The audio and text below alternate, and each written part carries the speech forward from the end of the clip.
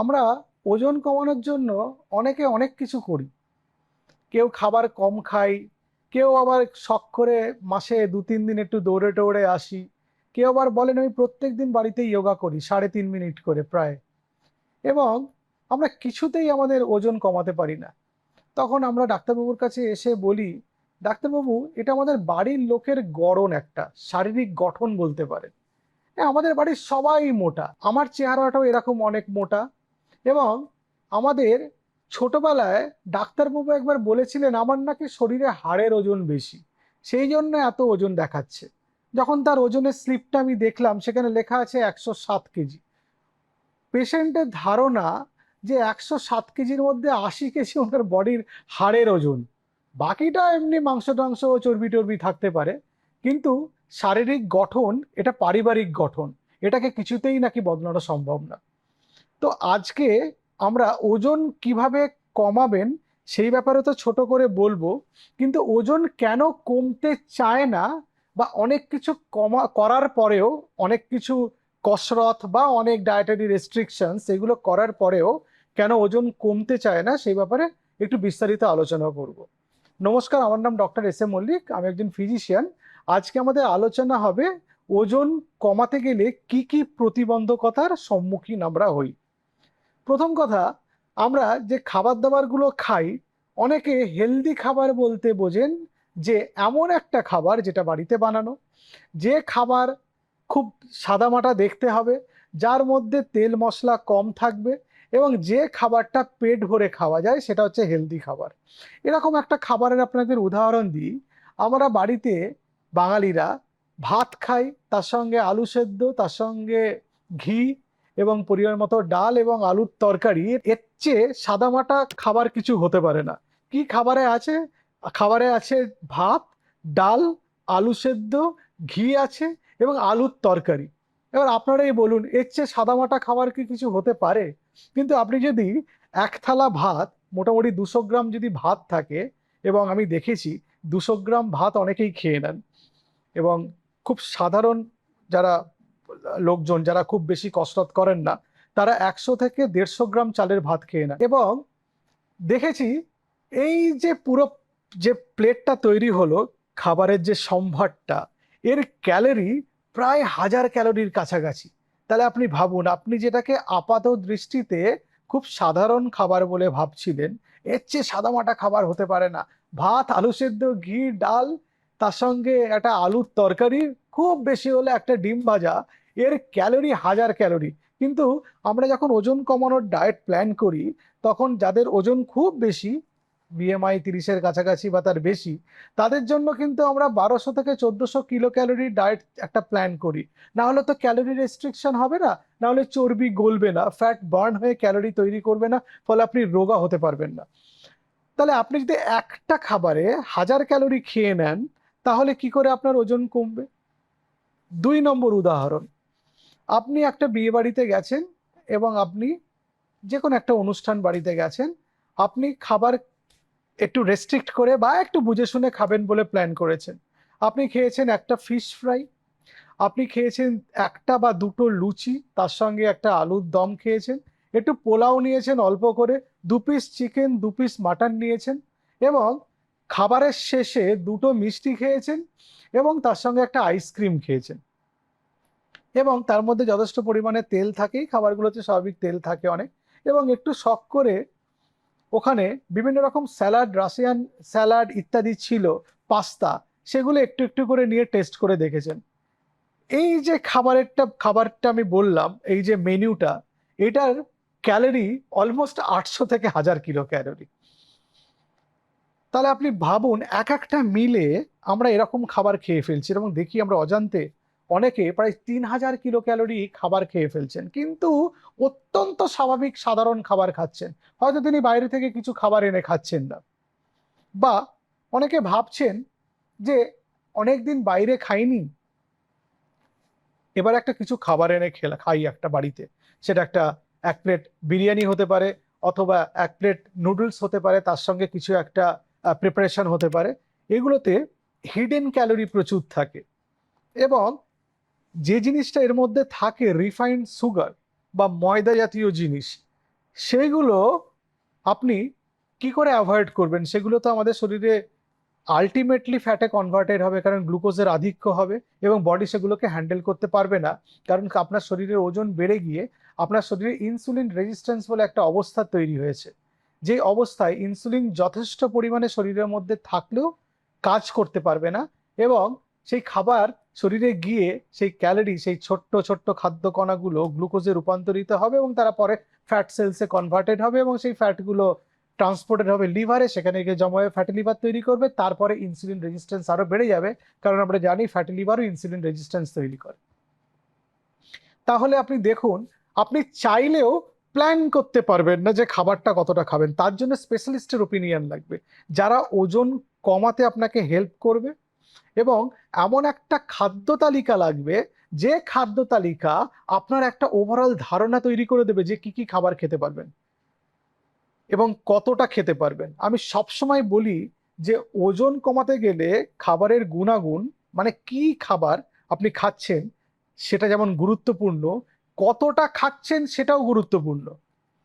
আপনি মনে করুন ব্রেকফাস্টে রুটি সবজি খান, আপনি 4টে রুটি খেলেন এবং 2 বাটি সবজি খেয়ে নিলেন বা তরকারি খেয়ে নিলেন, তাতে আপনার তো ওজন কমবে না, বেড়ে যাবে, কারণ 4টে রুটির তো একটা ক্যালোরি আছে এবং বাড়ির রুটিগুলো তো খুব ছোট ছোট রুটি হবে না, সেটা একটা সাইজ আছে।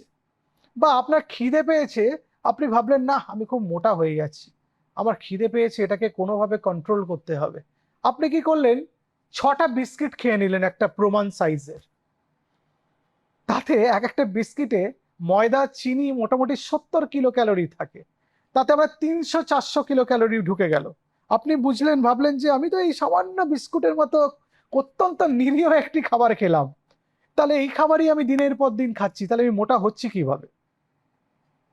আবার অনেকে ঘন্টার পর ঘন্টা মোবাইল ফোনে সোশ্যাল মিডিয়াতে টাইম স্পেন্ড করছেন এবং তাদের ফিজিক্যাল ইনঅ্যাক্টিভিটি তৈরি হচ্ছে, বা যারা এমন কাজ করেন যেগুলোতে বসে থাকতে হয় অনেকক্ষণ বেশি, ডেস্ক জব, সেডেন্টারি লাইফ, তাদের কিন্তু হাঁটা চলা অনেক কম হয়, ক্যালোরি এক্সপেন্ডিচার অনেক কম হয়, সেই জন্য তাদের ওজন বেড়ে যাওয়ার সম্ভাবনা বেশি।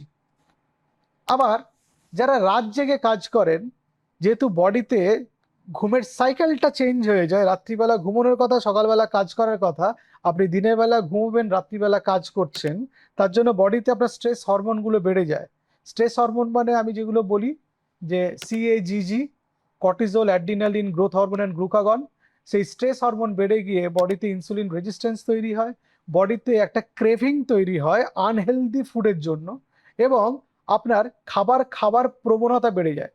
তার কারণ বডিতে স্ট্রেস হলে বা বডি টায়ার্ড হলে আপনি যদি ঠিক সময়ে না ঘুমান, বডি বুঝতে পারে না আপনি কি কারণে টায়ার্ড বা উইক হয়ে আছেন, বডি ভাবে আপনার শরীরে খাবার কম আছে, বডি তখন এরকম সিগন্যালিং তৈরি করে, এরকম বডি আপনাকে কমেন্ট করে যাতে আপনি খাবার বেশি করে খান, যাতে আপনি এই দুর্বলতা কাটিয়ে উঠতে পারেন। অনেকের ধারণায় এমনিতেই শরীর দুর্বল, তারপরে এই ডাক্তারটা সারাক্ষণ ফোনের মধ্যে এসে বলতে থাকে হাঁটুন, এক্সারসাইজ করুন। আপনি কখনো কি হেঁটে এক্সারসাইজ করে দেখেছেন যে আপনার দুর্বলতা কমে কিনা?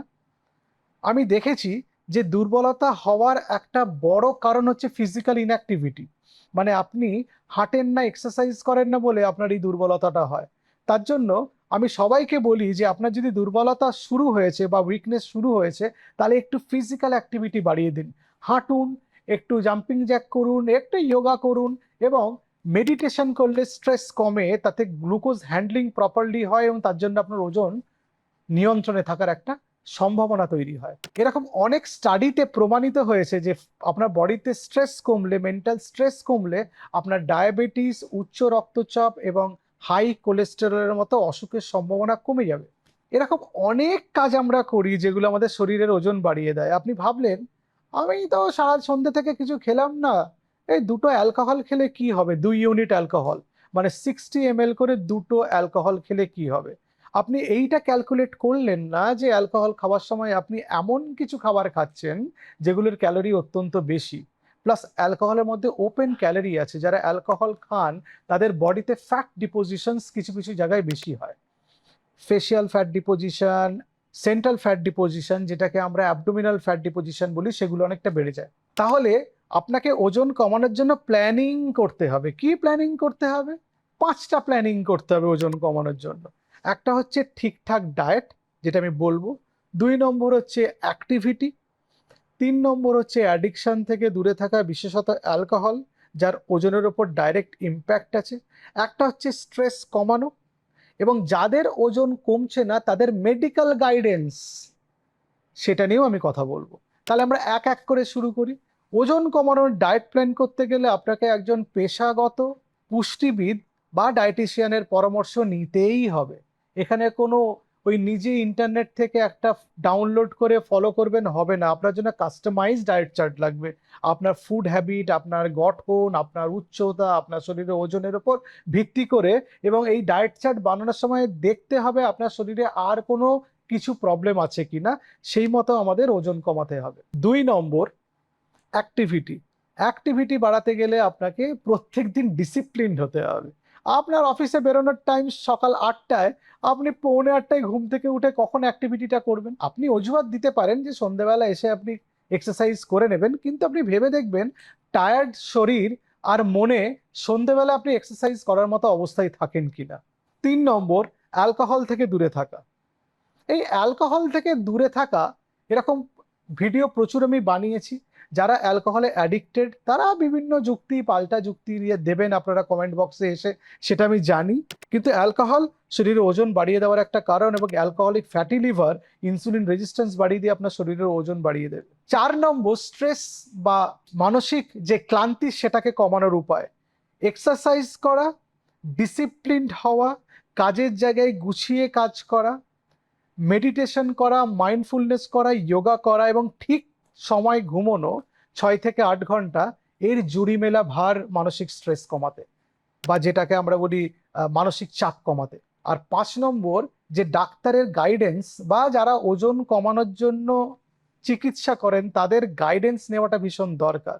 হতে পারে আপনার ওজন কমানোর কোনো ওষুধ লাগবে, হতে পারে আপনার কোনো মেটাবলিক ডিসঅর্ডার আছে সেই জন্য আপনি ওজন কমাতে পারছেন না, হতে পারে আপনার ওজন কমানোর ওষুধের ডোজেস কিছু বদলাতে হবে। এখন ওজন কমানোর জন্য প্রচুর ওষুধ আপনারা বাজারে জানেন এসে গেছে, ট্যাবলেট এসে গেছে, অনেক ইনজেকশন এসে গেছে, যেগুলো আমাদের শরীরের ওজন কমায়, আমাদের ফ্যাটি লিভার কমায়, আমাদের ডায়াবেটিস কমায়, এবং আমাদের শরীরে ওজন কমানোর মাধ্যমে মেটাবলিক ডিজিজগুলোকে রিভার্স করতে হেল্প করে। তো সেগুলোর সাহায্য নেওয়া দরকার। তাহলে ওজন কমাতে গেলে যেটা দরকার, একটা হচ্ছে মোটিভেশন। আপনাকে মোটিভেটেড হতে হবে, আপনাকে বুঝতে হবে আপনার শরীরে ওজন কম হওয়া দরকার। 2 নম্বর, আপনাকে ডিসিপ্লিনড হতে হবে। শুধু মোটিভেটেড হলে হবে না। আপনি খুব আগের দিন মোটিভেটেড গেলেন, কাজ থেকে আমি করবই হাঁটা, তারপরে সকালবেলা আপনি সেই 8টা অবধি 9টা অবধি ঘুমালেন, তাহলে হলো না। তাহলে আপনাকে ডিসিপ্লিনড হতে হবে। ডিসিপ্লিন না হলে টাইম বার করতে পারবেন না এইসব করার জন্য। আর 3 নম্বর, প্রপার গাইডেন্স। সেটা ডায়েটারি গাইডেন্স হতে পারে, রোগের গাইডেন্স হতে পারে, অথবা ওষুধের গাইডেন্স হতে পারে। ভালো থাকবেন। নমস্কার।